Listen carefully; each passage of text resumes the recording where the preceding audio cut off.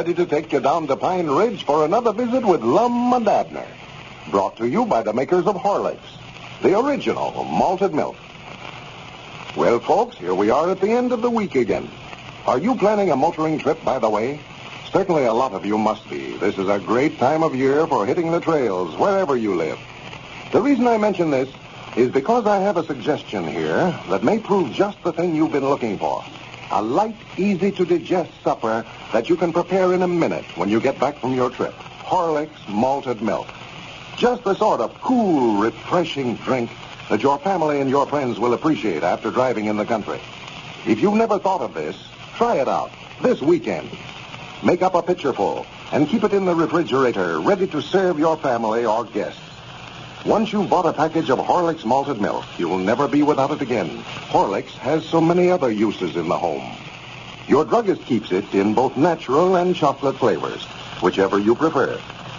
And now, let's see what's happening down in Pine Ridge.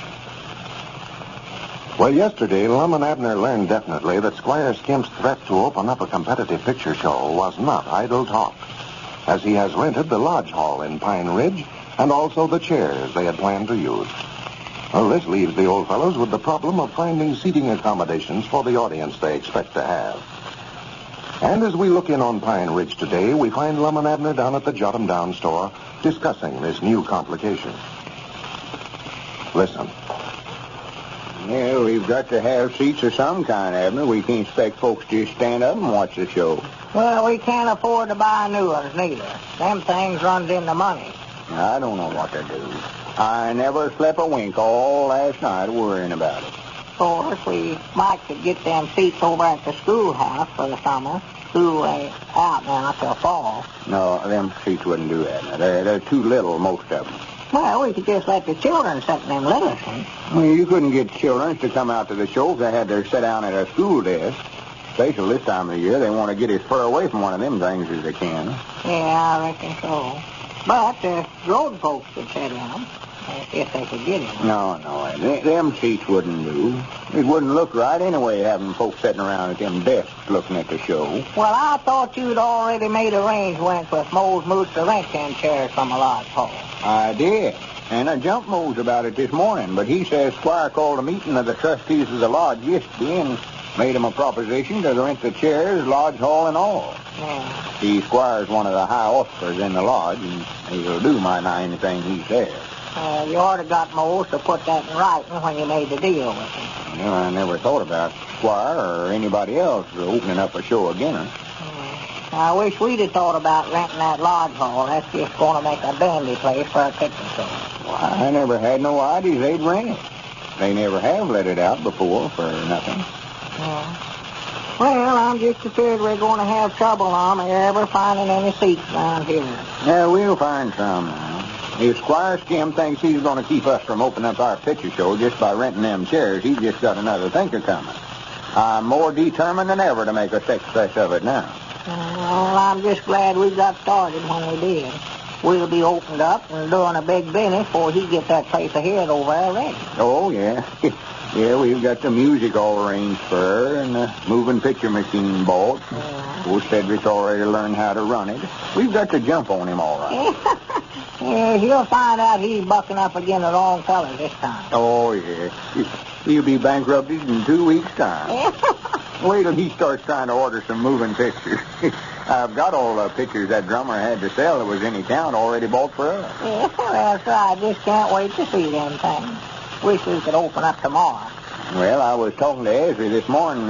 He says carpenters ought to be through over there by the middle of next week.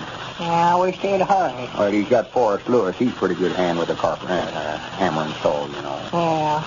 Well, I just hate for Squire to get opened up first. That's what I'd say. Well, I've got every carpenter in town working on it over there. Danny, it's right smart of work to change a cotton warehouse to theater that way. Oh, yeah. And to put that ceiling in it and make the floor slanting that way and change up the front some. A lot to do. I believe that was our ring one. Oh, yeah, might have been. I wasn't paying no attention. Well, I weren't either, but I think it was. Hello? This is the Jot'em Down store. Lum Abner's manager of the Pine Ridge Planetarium doing the talking. You always get that in. Mom? We got it. Oh, yeah. Well, we ain't got nobody here right now, Sister Simpson, to do the delivering. Well, I guess I could, but why don't you call Dick Huddleston's store? He keeps good stuff down there. Oh. Well, me and Abner's awful busy here right now. Well, yeah, sure, we appreciate your business, but we can't just draft everything to bring you over a can of baking powder. I say, hello? Hello? Yeah, she must have hung up. I reckon what she got her back up about. She wouldn't care whether we got any seats for a picture show or not. Well, yonder comes Grandpap now, Lum. He could have delivered them. Yeah, well, let her go. She won't act that way about it. We can't be running around here selling a dime's worth of this and a dime's worth of that. Our time's getting valuable. Oh, yeah. Yeah, it's a good thing you never got here no sooner, Grandpap. You'd have had to make a deliver. Well, I reckon I won't be delivering no more groceries for you fellas, though. Huh? Won't be delivering no more. No, I just come over to tell you fellas I'm quitting. Well, I'll be dead black. Huh? I knowed it. I knowed the minute that we give you that job of playing that player piano of yours over there first at the picture show, why, you'd start getting dependent. Yeah, we're going to need you here in the store more than ever now, Grandpap, since we've got the picture show business to look after, too. Why, sure. Well, I wouldn't have time to work down here now, nohow. Oh, well, now, you just have to furnish music over there of a night. That ain't going to affect your work over here in the store during the day. No, you start quitting the store here, Grandpap, and we might just not let you furnish your music first. Get somebody else to do it. Well, I guess that's just what you'll have to do anyway, man. Well, now, wait a minute, Grandpap. Don't pay no attention to Abner. We ain't fired you yet. No, not yet. Well, you ain't going to get a chance to fire me, Abner Peabody, for I ain't going to work down there. I've got a job paying me better money. Doing what? Playing the piano, same as I was going to do for you fellas. I'm starting to work for Squire Skimp tomorrow. Squire Skimp? Yeah, he's putting in a picture show over there in the lodge hall. Well, we note about that. Yeah. I hate to quit you fellas, especially before I even get started, but I've got to look out for myself, get the best I can for my talents. Talent? Playing a player piano. Well, I don't blame you for that, Grandpap, but how much is Squire giving you?